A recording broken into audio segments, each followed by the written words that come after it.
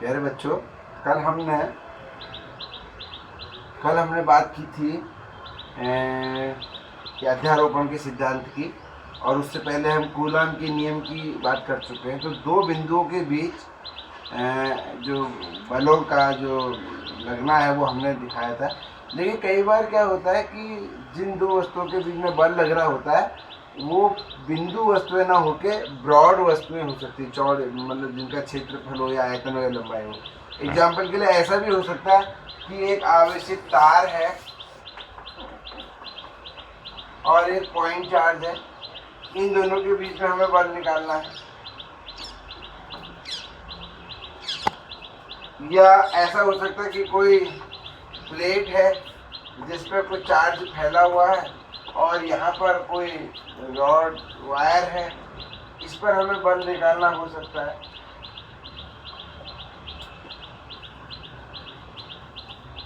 या और भी कोई इसी प्रकार का और भी कोई मामला इस प्रकार से हो सकता है जिसमें आवेश जो है वो फैला हुआ है, कोई एक बिंदु वस्तु नहीं है। तो इस प्रकार के केसेस को डील करने के लिए, समझने के लिए सबसे पहले हमें समझना पड़ेगा कि आवेश का वितरण कितने प्रकार का होता है।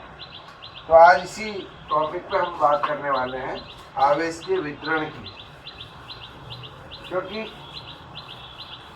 जो मैंने अभी प्रॉब्लम्स आपके आगे बताई, इनका समाधान हम केवल तभी कर पाएंगे जब हम आवेश का वितरण थोड़ा समझ लें। तो आवेश के वितरण कितने प्रकार का होता है, आज हम इसी पर बात करेंगे। आवेश का वितरण,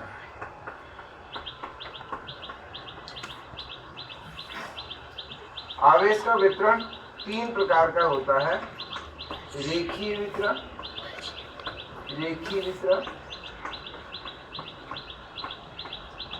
दूसरा होता है क्षेत्रफलीय वितरण, आवेश जब क्षेत्रफल में फैला हो। रेखीय वितरण में आवेश जब एक रेखा में यानी कि लंबाई में फैला हुआ हो। और तीसरा है आयतनिक वितरण, इंग्लिश में इसको linear distribution, surface distribution and volumetric distribution, इस प्रकार से हम कह सकते हैं। तो अभी आज हम जो है रेखीय वितरण को, आवेश का रेखीय वितरण क्या है और इससे संबंधित प्रश्नों को हम कैसे डील करेंगे, इसके बारे में हम आज बात करेंगे। आवेश का रेखीय वितरण, आवेश का रेखीय वितरण में क्या है, जब आवेश किसी रॉड में या किसी धात्विक तार में फैला हुआ है लंबाई के अनुदिश, जैसे ऐसे। ये देखिए आप, यहाँ पर आवेश जो है वो लंबाई में फैला है। जब कभी भी इस प्रकार का कोई मामला आएगा, केस आएगा, तो हम कहेंगे आवेश का रेखीय वितरण है। और आवेश का रेखीय वितरण जब हम बात करते हैं तो इसमें एक फिजिकल क्वांटिटी एक नई इंट्रोड्यूस हो रही है कि आवेश का रेखीय वितरण में कि आवेश प्रति एकांक लंबाई, यानी कि आवेश का रेखीय घनत्व, एक शब्द आता है आवेश का रेखीय घनत्व का माने आप समझते होंगे, पहले भी पढ़ा है आपने, थोड़ा उससे अलग है। घनत्व माने घनापन, कितना घनापन है। तो आवेश का रेखीय घनत्व को हम लैम्डा, इसका सिंबल है। और अगर मान लो यहाँ से लेकर यहाँ तक लंबाई है L, और इस यहाँ से यहाँ तक आवेश की मात्रा Q है, तो आवेश का रेखीय घनत्व Q/L कहलाता है। और यह जो है कूलाम प्रति मीटर में व्यक्त किया जाएगा। ऐसा यूनिट अगर है तो कूलाम प्रति मीटर में, यानी कि आवेश का रेखीय घनत्व जो है वो ये बताएगा कि कितना आवेश कितनी लंबाई में फैला है। अगर थोड़ी सी लंबाई में ज्यादा आवेश फैला है, Q ज्यादा L कम है, तो रेखीय घनत्व ज्यादा होगा। और अगर लंबाई ज्यादा है और आवेश कम फैला है तो आवेश का रेखीय घनत्व कम होगा। तो ये कैसा भाव इसका बन रहा है कि घनापन, आवेश का कितना ज्यादा घनापन है। अभी आप देखिए, जब आपने आवेश का रेखीय घनत्व जब हम निकालते हैं तो रेखीय घनत्व बिंदुओं में होता है। माने इस बिंदु पर आवेश का रेखीय घनत्व क्या है, इस बिंदु पर क्या है, इस बिंदु पर क्या है, इस बिंदु पर क्या है, इस बिंदु पर क्या है, ऐसे हर बिंदु पर आपका आवेश का रेखीय घनत्व होगा। जैसे अभी हमने निकाला है, तो ये मान लो कोई दो A से B तक की दूरी में Q आवेश था, L लंबाई थी। तो अब इस पूरी लंबाई में हर बिंदु पर, किसी भी बिंदु पर आवेश का रेखीय घनत्व तो औसत मैं कह रहा हूँ, क्योंकि हो सकता है यहाँ कहीं घनापन ज्यादा हो, आवेश का कहीं कम हो। अगर मैंने इस पूरी लंबाई को लिया है तो पूरी लंबाई में आवेश है Q, पूरी लंबाई की पूरी इसकी लंबाई L है, तो औसत आवेश का रेखीय घनत्व तो यहाँ से लेकर यहाँ तक किसी भी बिंदु पर Q/L होगा। लेकिन जब हम एक फाइनाइट एक लंबाई लेते हैं तो औसत जो है, औसत घनत्व तो निकलता है। अगर बढ़िया होता कि मैं आवेश को किसी बिंदु पर, यहाँ पर आवेश का रेखीय घनत्व क्या है इस बिंदु पर निकाल पाता, ना कि पूरे एक लंबाई में औसत। तो अगर मुझे इस बिंदु पर आवेश का रेखीय घनत्व निकालना है तो मैं इस बिंदु के पास एक बहुत छोटी सी, वेरी स्मॉल, यानी कि कितनी लंबाई लेते हैं वेरी स्मॉल को, dl लंबाई लूंगा। अगर dl लंबाई में dq आवेश है, क्योंकि लंबाई मैंने छोटी ली तो आवेश भी छोटा होगा, तो यहाँ पर जो लैम्डा आएगा dq/dl, ये इस बिंदु, मान लो इसको मैं अगर बिंदु P कहता हूँ, तो ये इस बिंदु P पर आवेश का रेखीय घनत्व कहलाएगा, और ये इस बिंदु पर ही माना जाएगा। वाई इस बिंदु पर, क्योंकि मैंने बहुत छोटी अत्यंत सूक्ष्म लंबाई ली है dl, और इस पे dq आवेश है। यह जो है किसी बिंदु पर आवेश का रेखीय घनत्व कैसे निकालेंगे, और यह है किसी एक परिमित लंबाई पर आवेश का रेखीय घनत्व कैसे निकालेंगे। ये आएगा औसत और ये आएगा तात्क्षणिक, किसी पर्टिकुलर पॉइंट पर जो होता है। अगर मैं इस फॉर्मूले का इस्तेमाल करूं, एंड यू ऑल नो ये डिफरेंशिएशन है, डिफरेंशिएशन ऑफ आवेश विद रिस्पेक्ट टू लंबाई। तो इस बिंदु से अगर मैं हर बिंदु पर आवेश का रेखीय घनत्व निकालूं, और अगर ये एक समान आ रहा है, सब जगह एक ही आ रहा है, तो आवेश का जो रेखीय वितरण है वो समान कहलाएगा, एक समान। तो आप मेरे ख्याल से समझ गए होंगे एक समान रेखीय वितरण कब कहलाएगा, जब मैं किसी चालक में जिसमें आवेश लंबाई के अनुदिश फैला है, हर बिंदु पर आवेश का रेखीय घनत्व निकालूं। और हर बिंदु पर मैं कैसे निकालूंगा आवेश का रेखीय घनत्व, इस विधि से। अगर इस विधि से निकालूंगा तो इसमें औसत आएगा, ना कि एकदम करेक्ट। यहाँ पे ध्यान रखने की बात है, चाहे मैं औसत निकालूं चाहे मैं तात्क्षणिक निकालूं, आएगा बिंदु पर ही। लेकिन यहाँ पर एक्चुअल और एवरेज में अंतर हो सकता है, लेकिन यहाँ पर एक्चुअल और एवरेज एक ही होगा, क्योंकि ये हमने बहुत छोटी सी लंबाई में चेक किया है। अगर मैं इस प्रकार से हर बिंदु पर आवेश का रेखीय घनत्व निकालूं तो, और ये अलग अलग आ रहा है, यहाँ पे कुछ है, यहाँ पे कुछ है, यहाँ पे कुछ है। मान लिया यहाँ पे 2 कूलाम प्रति मीटर है, यहाँ पे 3 कूलाम प्रति मीटर है, यहाँ पे फिर 1.5 कूलाम प्रति मीटर है, तो ये असमान वितरण कहलाएगा। एक समान वितरण और असमान वितरण। अब आप देखिए, एक समान वितरण और असमान वितरण को मैं पिक्टोरियली दिखाता हूं और थोड़ा सा उसको गणितीय रूप में कैसे व्यक्त करते हैं यह भी बताता हूं।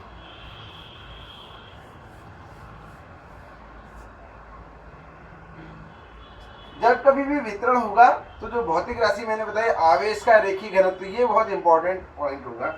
मान लीजिए ये कोई चालक है और इसमें देखिए आवेश कैसे फैला है,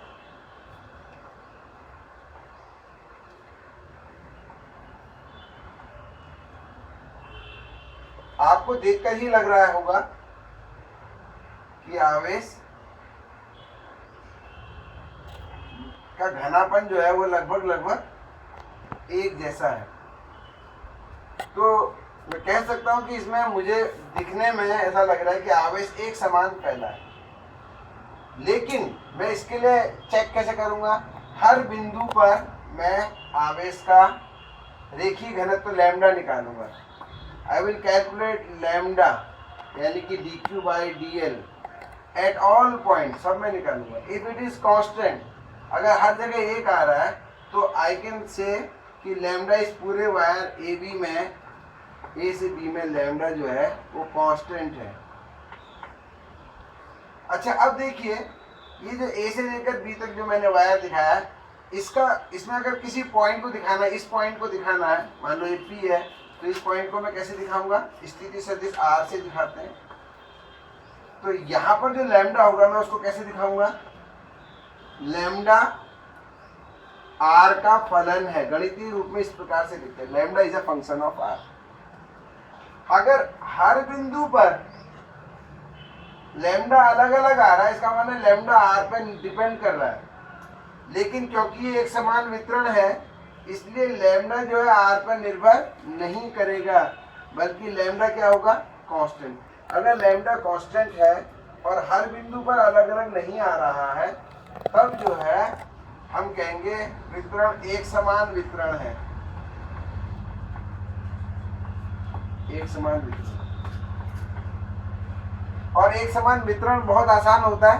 एक समान वितरण में आपको अगर लैम्डा पता है तो आप कितनी भी लंबाई में आवेश निकाल सकते हैं। एग्जाम्पल के लिए अगर इसका जो लैम्डा है मान लिया 2 कूलाम प्रति मीटर है, इस पर लैम्डा एक समान 2 कूलाम प्रति मीटर।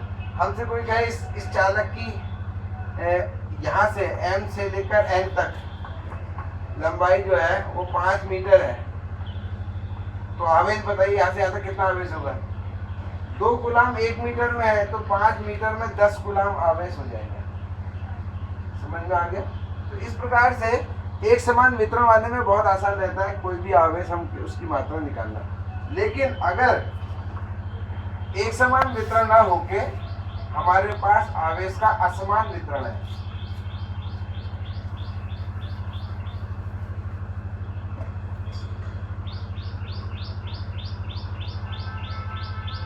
मान लीजिए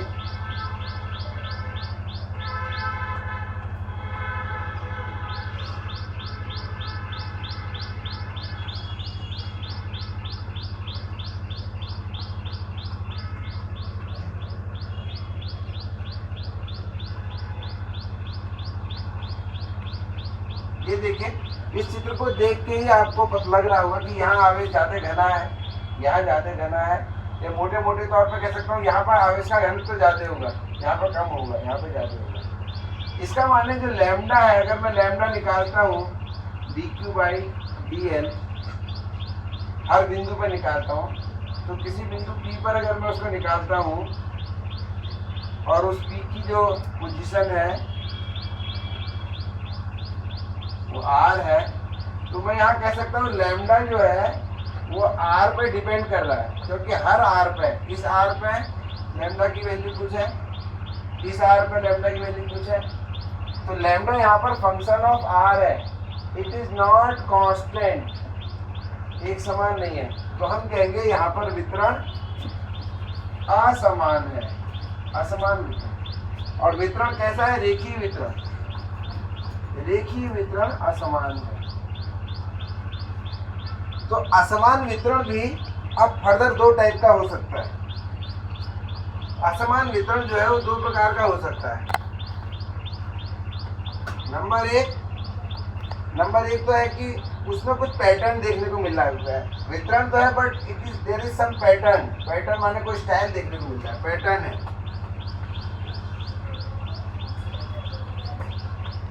और पैटर्न नहीं है, पैटर्न नहीं है मैंने पता ही नहीं लग रहा है कि क्या है। तो अगर पैटर्न है तो भी हम उसकी कुछ लंबाई में अगर आवेश निकालना चाहे निकाल सकते हैं, लेकिन अगर पैटर्न नहीं है तो फिर हम औसत वाली विधि से ही चलेंगे। देखिए मैं पैटर्न है, पैटर्न नहीं है तो फिर तो आप बता ही नहीं सकते।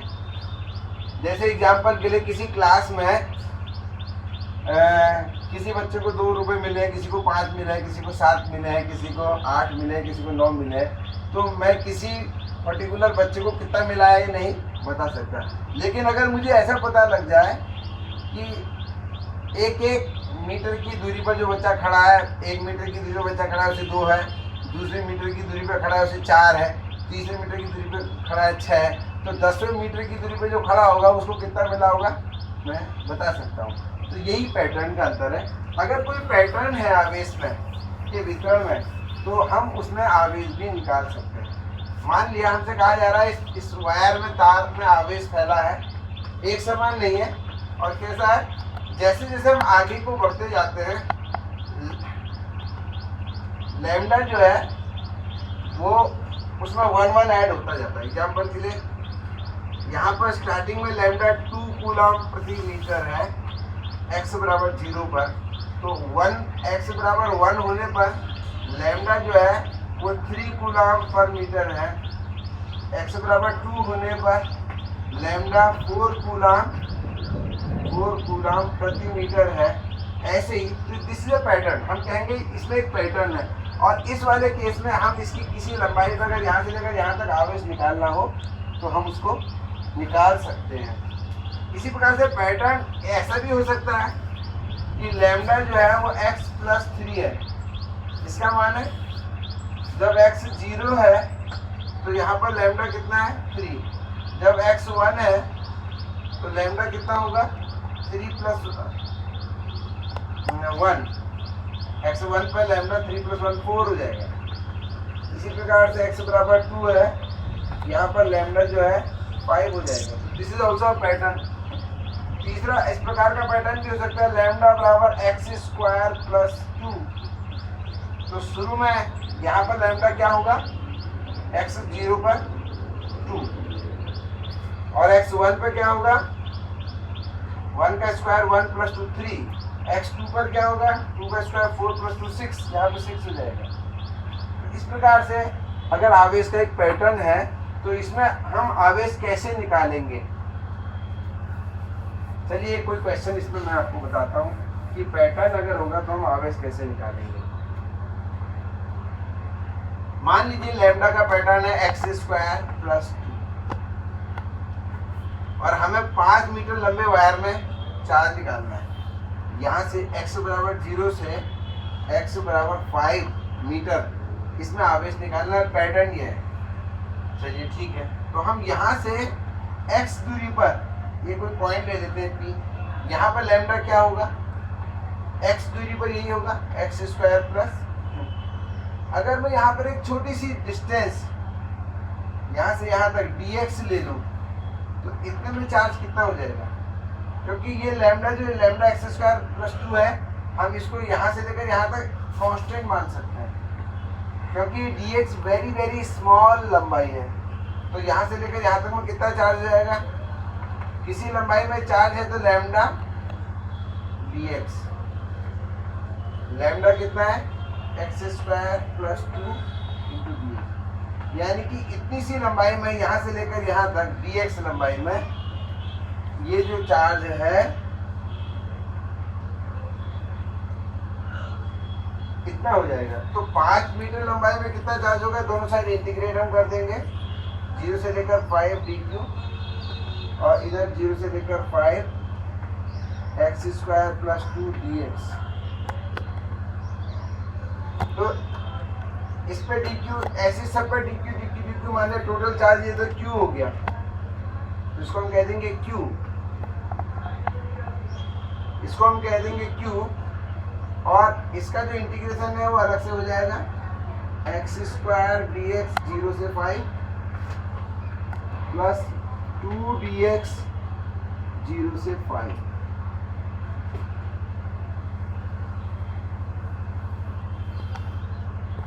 क्योंकि लेंथ 0 से लेकर 5 तक हमने ले रखी है, तो q is equal to x square का इंटीग्रेशन हो जाता है x की पावर n का इंटीग्रेशन, बिकॉज x की पावर n का इंटीग्रेशन जो है उसका सूत्र है x की power n plus 1 upon n plus 1। तो यहाँ पर क्या हो जाएगा x की पावर 2 प्लस 1 माने 3 अपॉन 3।